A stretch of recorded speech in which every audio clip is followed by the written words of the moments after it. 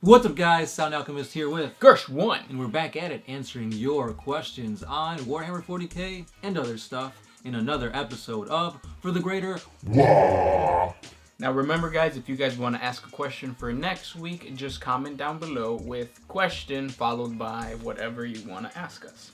This amazing question that we chose comes from Maria Moreno. She asks, what happens to you when you die? I'm guessing in the Warhammer 40k universe. Yeah. Because I don't have an answer to that other question. Besides rotting and decomposing and becoming one with the world.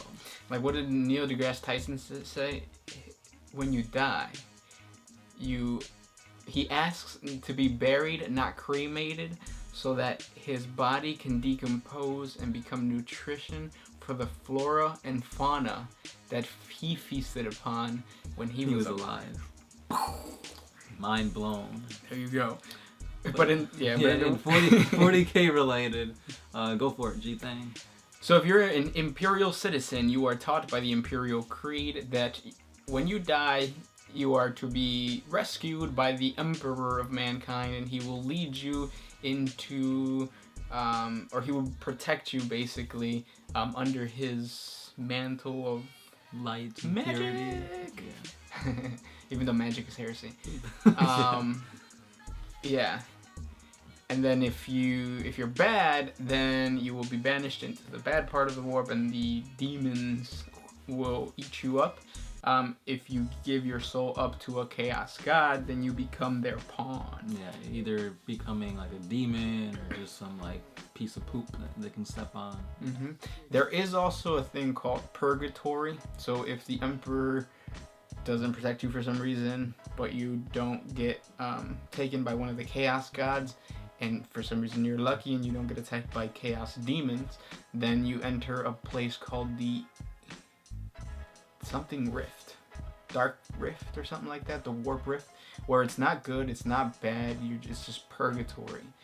There's still demons that inhabit that, like harpies and is it harpies? I think they're called harpies. And they're like gargoyle-like creatures. But yeah. And going on to the other races, if you're an Eldar and you die, your soul gets trapped in the soul gem, something like stone. Soul stone, yeah, and it protects you from being devoured by Slanesh. Mm-hmm. If you're a Tyranid and you die, you basically become goop and you become once again remolded into another Tyranid. Even though technically with Tyranids you don't die because a Tyranid, the High Fleet is the Tyranid. Right. And then orcs, when they die, they just release spores, and that's pretty much it. They don't really care. Yeah, it's like, oh, I'm dead, but here's thousands of more of me. Yeah, there's really no afterlife for orcs. Necrons, when they die, well, if they get like blown up or whatever and they're dead, they get rebuilt back into their tomb world. And the only way to truly kill a Necron is to destroy the whole tomb world itself. And then when that happens, then it just gets erased from existence forever. Yeah. What other race? The Tau. When they die, everybody's happy, apparently. Yeah, because people hate the Tau. Tau lives matter. I don't know what happens to the Tau when they die. I don't think they believe in anything besides the greater good. So what would a communist believe? Either believe in science. So the whole Neil deGrasse Tyson thing. There you go. And then there is a cult that believes in reincarnation. So if you're an Imperial citizen who believes in that subset of that cult, it is believed that you are reincarnated by the Emperor if you don't, become part of his legion in heaven. This was a long question. Yeah, that was a good question. A lot of good answers coming out of that. So let's go to the other questions left by you guys. This one's by the homie, Dragon Punch 903. Now I put question in front of it, which is good because it lets us get to that one first. So do that. He asks, what kind of female Primarch would you want to see if GW announced it? I think it would be cool to have like a Wonder Woman / Amazon chapter of Space Marines. I would want one with as little bit of clothes as possible. So like a t-shirt save from the orcs, something like that? No, she would have like a 2+ save because she would have an aura around her that would protect her from bullets or something. She'll be naked though. You know that'll sell. So GW, you heard it here. No, but in reality, I mean, it would be cool to get like a sleek, sly, kind of like Alfarius, yeah, right? He's from the Alpha Legion. Yeah, Alfarius. Alfarius type of female Primarch. Yeah, again, I'm gonna go with my whole like Trident Sea kind of like water world, because again, I want to see that in a Warhammer 40k universe. Because I feel like they just completely ignore like water and stuff. Yeah, that'd be cool. Grant Berry says, have the Necrons ever encountered the Tyranids, and if so, what happened? If not, what do you think would happen? They have encountered Tyranids, and they just go at it. Yeah. The Necrons see them as invaders into their world, because you got to remember, Necrons are like even though they're soulless, they still want to control their planet. So if it's an agri world, they want to control the agri world. And if the Tyranids are coming in here and devouring it and whatnot, they're like, nah, motherfuckers, and then zap with their what is it?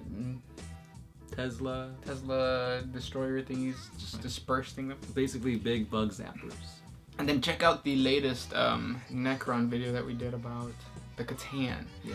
Because that explains of the outsider, who's a Catan, who's connected to the Tyranids somehow. And the theory is that he's either pushing them or he's controlling the Tyranids into the galaxy. So if you want to learn more about that, you know where to go. Yep. This next one's by Bible Man. Since Tyranids are controlled by a psychic synapse, creatures who enact the will of the hive mind of the swarm, can a powerful psyker like Magnus the Red take control of the Tyranid synapse creature, thus controlling a smaller swarm? How about a fully powered emperor? So the question is, what? Can a powerful psyker take control of a synapse Tyranid, therefore controlling like the Tyranids themselves? No, because the psychic energy and a Tyranid psychic powers are different. So a Tyranid immutes a, what is it called? Shadow of the Warp. Yeah. So a Tyranid, a librarian or something would have difficulty trying to attack the Tyranid. Even though Tyranid's abilities are called, psychic powers, and it happens in the psychic phase, it's not psychic like the rest of the psychic. It's not warp power. Right, it's not warp power. Because their abilities technically block out the warp, and that really messes with psychers, messes with like sending out distress calls and all that. So it's not the same, but it's similar. But what has happened, like taking control of Tyranids, is with the orcs, they get rid of the hive mind, or they push the hive mind away, and all these lesser beings are left there, all the lesser Tyranids, and they devolve back into just primitive animals. They're like your raccoon or whatever, hunting. They just attack whatever's closest to them, that kind of stuff. Instinctive behavior. Yeah, there you go. And then feral boys usually take control of them, and they make them into pets, into squigots, stuff like that. They ride carnifexes. Next question comes from Howlis Joseph. He says, sorry for the bad English. Why is almost every new technology considered as heresy, and do you think it will change? The Imperium should do something because it is 10 millennium of technology. Stagnation without big E, but without the big emperor. Yeah. It's heresy because it's not emperor approved or emperor created or whatever. So if it ain't built by the emperor, don't use it. Yeah, and the reason because of that is the Imperial Creed. Yeah. If you ever go into like a super religious society, like your local, I don't know, the church or whatever. Think of the Amish, for example. Yeah. If you go in there and you have a technology that can help them, it's good for them. The fact that it's new scares them, and most of those cultures, those religious cultures, build their religion off of fear. That's basically what it is. Yeah. And that's what the Imperial Creed is. It's just fear everything that is not kosher by the Emperor. What you're not accustomed to. Yeah. So, yeah. Good question, though. And would it ever change? Probably not. No. This one's by Cormier. He says, what was an average meal like for folk living in the Imperium of Man? An average meal for an Imperial citizen is probably, beans, greens, potatoes, tomatoes, lamb, ram, raw, beans, greens, potatoes, tomatoes, chicken, turkeys, rat, you name it! that. Yeah. But yeah. Answer is great. Yeah. It's cancer filling. Yes, Sysanic asks, what would happen if a Calix's assassin were to fight a greater demon? It depends on the situation. I think if it's a head-to-head type of thing, a greater demon would have the advantage. But some assassins are like tailored for their target. So obviously, as if he's had time to prepare and all that, he probably knows the demon's name, the demon's weakness, where he's gonna strike, and it won't even be a battle. It's just gonna be like, hey, Mr. John Smith. Oh, he said my name, and then boom, he's dead. So they're pretty badass. Yeah. Yeah. As long as they're prepared. Right. Basically, Batman versus Superman. Basically, yeah. This one's by Joseph Aspect. Hey guys, love your channel. My question is, if Warhammer 40k is set in the future, then would there be a tabletop game called Warhammer 40k in the past of the 40k universe? That's extremely meta, and the answer is Melak616. Hey, what rank did the Primarchs have? General, Commander, Lord? I think they were commanders. I think they were called commanders. Yeah, because isn't it like Lord Commander of the Ultramarines and stuff like that? Mm-hmm. But it's a position that's not held by anybody anymore in 40k. 30k hierarchies were extremely different because the Codex Astartes came about and it changed. This one's by the homie Gyro Zappelli. Who is your favorite character in all of Warhammer 40k? My favorite character has to be Godskull Mag Uruk Thraka. Alright, my favorite character is easily Farsight. Commander Shas O Ramir, Farsight, O Shova. Damn. Yeah, I gotta keep up with Gersh. It's ironic though that his leader or his favorite character is specifically catered to destroy my special character. But his special character is specifically catered to go against the Tao's tactics. He's badass. He can go against everybody. Advo asks, how much to see you two make out? If we ever get to 1 million likes on this channel, on this video. Do it.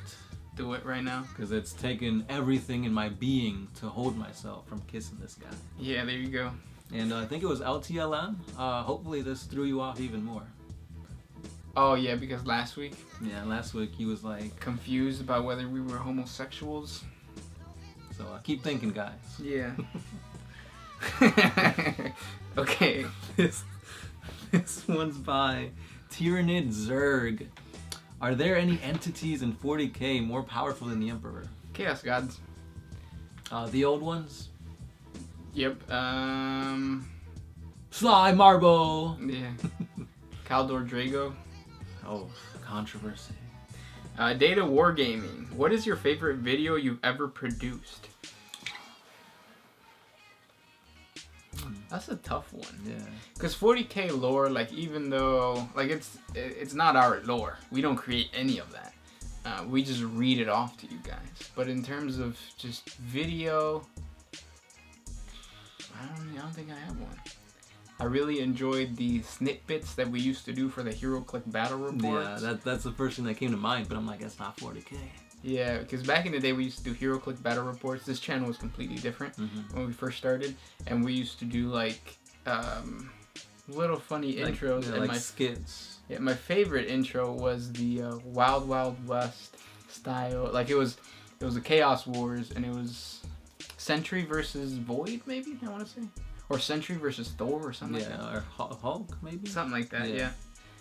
But that's my favorite. My favorite was we had our very first patron on Patreon, and I kept Rudy, yeah. I kept on beating Gersh over and over again, so Gersh had to call the power of Rudy Hernandez to defeat me. Yeah, I don't think you could see, like, you have to be a patron in order to see that episode, I believe. I don't remember. Yeah, I don't know if it's on there, but yeah, he was really cool. We had contact with him, but then we lost it. I follow him on Instagram, so I see him all the time because he lives in Chicago. Yeah. So I see him in Instagram, not like out in the street. Or maybe you see him in other ways. Yeah. Are we throwing you guys even more off, or what? All right, Roger Rangel. It's my turn, right? Yeah. He asks, how long have you guys been playing 40K? I've been playing 40K since, well, we've been playing 40K at the same time. Fifth grade? 5th grade, yeah. So what is that? 19... Is that what, like 10 years ago? No, it has to be more than 10 years ago. Because you start school, you start like kindergarten when you're 5, right? So that's yeah. So first, 2, 3, 4, 5, 6, 7, 7, 8, 9, 10, 11, 12, 13, 14, 15. We said 8th grade or 5th grade? 5th grade. Oh. Yeah, so 12? More than that. I don't even know. It was a long time ago. We're playing a really long... Yeah, we've been playing since like... 5th edition, if that helps clear things up. Yeah, there you go. This one's by the homie High Marshal Helbrecht. That's my German pronunciations. What do you guys think Magnus the Red will do first? I mean, there is a model arriving, so there must be something huge happening. Keep up the good facts, and for the greater... So what are your theories about the whole traitor legion? I don't have any theories because I know what happened. Because yesterday, well, 2-3 days from wherever you're watching this, GW put out a video showcasing all the new Zeech, Rubric Marines, Thousand Suns stuff that is coming out. And it is technically confirmed that the Thousand Suns are going to attack the home world of the Space Wolves. So they are launching a planetary assault on Fenris. Motherfuckers.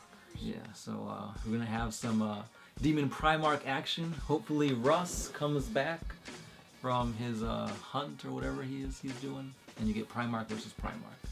So yeah, that's to answer your question. He is assaulting Fenris. Cool. And that is where we're gonna leave it. If you guys want to ask more questions, please comment down below. If we didn't get to your question this week, check the next video. If you've commented again in the previous video, if not, just comment the same question again so we can get to it. If you guys want to help us out, jump on over to Patreon. It's $1 and you'll get extra videos, and there's more of a chance that your question gets answered there. Thank you guys so much for liking and commenting, especially commenting. Yeah, because it's awesome to hear your guys' thoughts, opinions, and questions. Questions. As always, thank you. I am the Sound Alchemist. Gersh1. We are One Mind Syndicates, and we are out of here.